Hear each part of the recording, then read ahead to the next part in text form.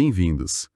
Hoje vamos analisar um material que traz uma visão bem particular sobre o casamento. Uma visão bem específica, né? Exato. A fonte é o texto O Elo Divino, a Aliança do Casamento com Deus, do evangelista Arildo Clayton Godoy Brilhante. Uhum. E a nossa missão aqui é explorar a ideia central de que um casamento, nessa perspectiva, não é só um contrato entre duas pessoas. Não é mais que isso. É uma aliança sagrada que inclui um terceiro elemento, Deus. É como se o texto nos desse planta baixa diferente para um relacionamento, sabe? Boa analogia. Como assim? A gente costuma pensar em duas colunas de sustentação, o casal. Mas a proposta aqui é uma estrutura com 3 pilares. E a estabilidade de tudo depende da presença e da força desses 3. Certo? Vamos começar a desvendar isso. O ponto de partida do texto é um versículo bíblico muito conhecido, Salmo 127.1.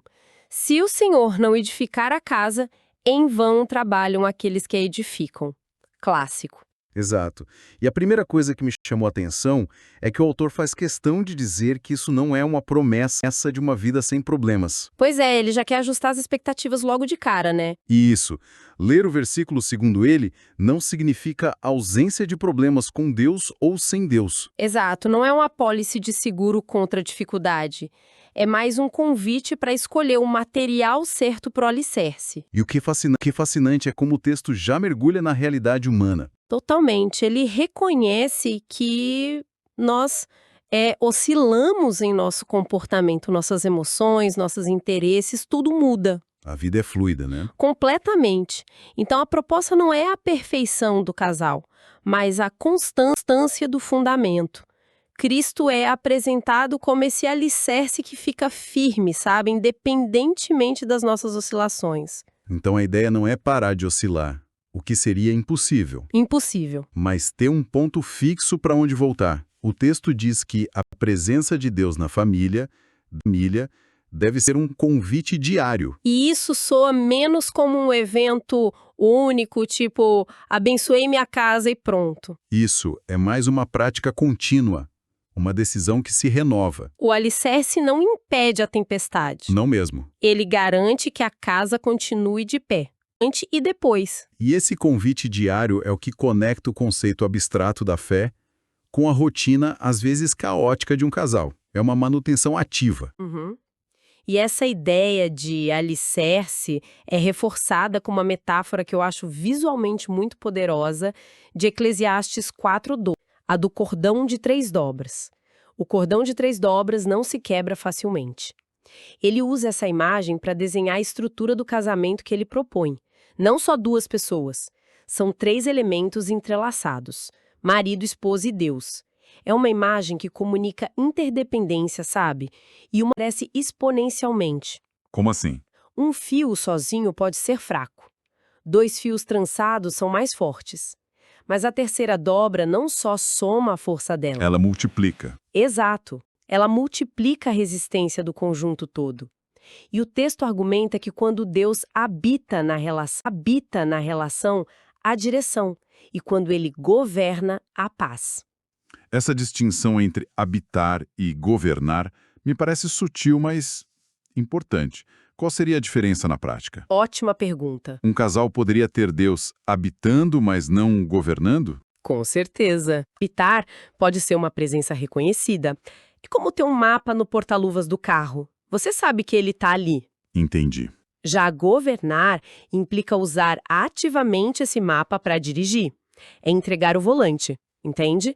Um casal pode até reconhecer a presença de Deus, mas nas decisões difíceis ainda confiar só na própria cabeça. E aí não haveria paz, segundo o texto. Isso. A paz viria da submissão ativa a essa direção. A aliança de 3 dobras não seria só um amuleto, mas um sistema de navegação. Entendi. E isso nos leva a um ponto que o texto aborda de forma muito direta. Confesso, me pegou de surpresa. A dependência. Esse ponto é forte. A citação é: o homem depende da mulher e a mulher depende do homem no casamento. Se assim não for, então que não tivessem se casados. É quase radical, né? Numa cultura que valoriza tanto a ausência. Totalmente. Como o texto defende essa ideia sem cair na armadilha de uma codependência disfuncional? A chave é como essa dependência mútua se conecta ao terceiro elemento, a Deus. Certo. Não é um sistema fechado onde um drena a energia do outro, sabe? É um sistema de energia do outro, sabe? É um sistema de suporte interligado. A força do casal vem dessa interdependência, que, por sua vez, se apoia na dependência de Deus para ter orientação, força, cura. A estrutura é triangular. Perfeito. Eu dependo de você, você de mim, e nós dois dependemos de uma fonte externa. Isso evita que um cônjuge coloque no outro o fardo impossível de ser tudo. O provedor, o terapeuta, o guia espiritual. Ninguém aguenta esse peso. Ninguém, esse peso esmagaria qualquer um. Faz todo sentido. Então, quando o texto dá aquela lista, quase um mantra. Quando faltam forças, Jesus. Quando precisa de orientação, Jesus. Não é para ser uma resposta simplista. É um mecanismo para desviar a pressão do parceiro e direcioná-la para a terceira dobra. Exatamente. É um sistema que normaliza a vulnerabilidade. Ao admitir, cria-se espaço para buscar ajuda. A dependência mútua se torna saudável. Sim, porque ela não é a fonte final de suprimento. É um canal que se conecta a uma fonte maior. É o que permite que um diga ao outro: eu não consigo resolver isso para você, mas a gente pode buscar a solução juntos em outro lugar. São juntos em outro lugar.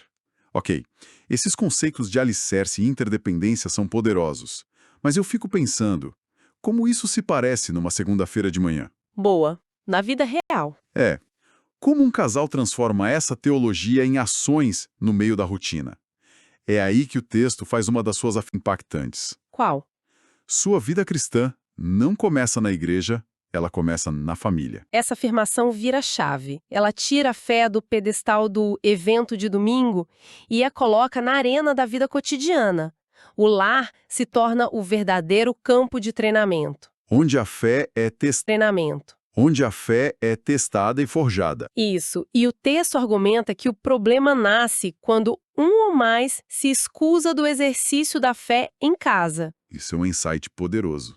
Vira de cabeça para baixo a ideia de performance religiosa. Como assim? O texto sugere que a medida real da fé não é o que a pessoa canta no louvor, mas como ela reage quando o cônjuge esquece de tirar o lixo. Perfeito. A verdadeira espiritualidade estaria no mundano, não só no sublime. É construída com tijolos muito pequenos, sabe? O texto fala disso, né? Sim. Diz que o amor de Cristo é visto nas pequenas atitudes do cotidiano. Dá exemplos. Cada palavra gentil, cada atitude de cuidado e cada pedido de perdão fortalecem os relacionamentos. Então, o grande ato de edificar a casa é, na verdade, a soma de incontáveis pequenos atos diários de graça e paciência. A família se torna um laboratório para a graça. As coisas já é um desafio. Mas e quando a tempestade de verdade chega? A crise séria. Isso, uma demissão, uma doença, uma traição. Como essa estrutura de 3 dobras se comporta sob essa pressão extrema? O texto encara isso de frente. Usa o exemplo da fé de Abraão, que confiou em Deus em circunstâncias humanamente impossíveis. Certo. A mensagem é que, com Jesus como fundamento, a família pode enfrentar qualquer luta, mas não vai estar desamparada. A crise não é negada, mas a solidão dentro da crise, sim. É interessante ele usar Abraão porque a história dele não é de confiar e feliz o tempo todo. Não, tem muita dúvida, medo, erros. Exato. Então talvez a lição não seja sobre ter uma fé perfeita durante a crise, mas sobre persistir apesar da fé imperfeita. Acho que essa é a essência, e a perspectiva que o texto oferece sobre o sofrimento é transformadora.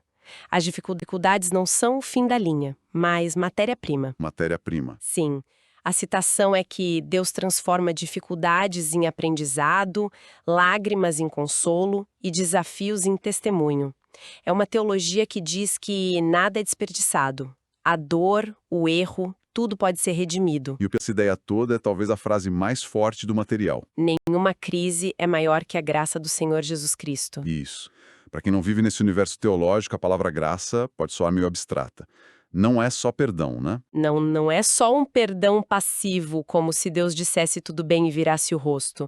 A graça aqui é uma força, Criativa. uma energia divina, quase. Que pode intervir e reconfigurar uma situação impossível. Não é só perdoar os escombros de uma crise, é usar esses escombros para construir algo novo. É a força que transforma o desafio em testemunho. Ok, isso é profundo. Então vamos trazer para o nível mais fundo. Então vamos trazer para o nível mais prático possível. Se um casal está ouvindo e pensando, ok, entendi a teoria, mas o que eu faço amanhã? Como botar em prática? O texto oferece um tipo de plano de manutenção. Ele resume em ações concretas. Com certeza, as ações são orar juntos, priorizar Deus juntos, manter o diálogo, praticar o perdão e, crucialmente, cultivar a alegria. Cada uma delas é um hábito. Isso. Um hábito que mantém o cordão de 3 dobras forte. Orar e priorizar Deus fortalece a conexão vertical. O diálogo e o perdão mantêm a conexão horizontal entre o casal saudável. Eu queria focar em duas delas. Primeiro, o perdão. É fácil falar, mas... Difícil pra caramba praticar. Exato. O texto parece tratar o perdão não como um sentimento, mas como uma decisão, um exercício. Essa visão, perdoar não é tanto esquecer, mas liberar o outro da dívida e entregar a justiça a Deus. É o que impede o ressentimento de corroer a estrutura por dentro. É a limpeza diária dos canais. Perfeito! A outra que me chama a atenção é cultivar a alegria. Fico intrigado com o verbo cultivar. Aham. Está listado como uma ação, uma disciplina, não como um sentimento que simplesmente acontece. Como se cultiva a alegria no meio do estresse? Pergunta fundamental. A proposta do texto é que a alegria, nesse contexto, não é a ausência de tristeza. É uma prática deliberada de gratidão. A disciplina de ser grato. Exatamente. De mesmo na dificuldade, procurar e verbalizar as coisas pelas quais se é grato. Um lar onde a gratidão e a alegria é um lar fortalecido, diz o texto. Isso muda a atmosfera. Muda, texto. Isso muda a atmosfera. Muda. Não nega os problemas, mas impede que eles sufoquem a esperança e a conexão do casal. É escolher regar a planta da gratidão em vez da erva daninha do descontentamento. No fim das contas, então, a mensagem é de resiliência através da fé. O texto termina com uma acetação. Podemos ir mais rápido. Mas juntos, e com Deus, vamos mais longe. É uma visão de casamento muito exigente no compromisso diário, mas também muito compreensiva com a nossa falibilidade, né? Totalmente. A força não viria da perfeição do casal, mas da constância do alicerce. A Aliança de Três Dobras não é sobre evitar as tempestades. É sobre ter uma estrutura que resista a elas. Exato. Que aprenda com elas e saia mais forte. E isso nos leva a uma reflexão final, né?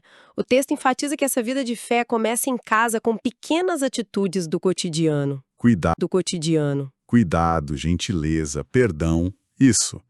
E fica a questão, de que forma essa prática diária e às vezes imperfeita da graça dentro da família se torna, na verdade, a maneira mais concreta de edificar a casa sobre a qual o Salmo fala. Como essa jornada de pequenos passos transforma o conceito de processo contínuo e real.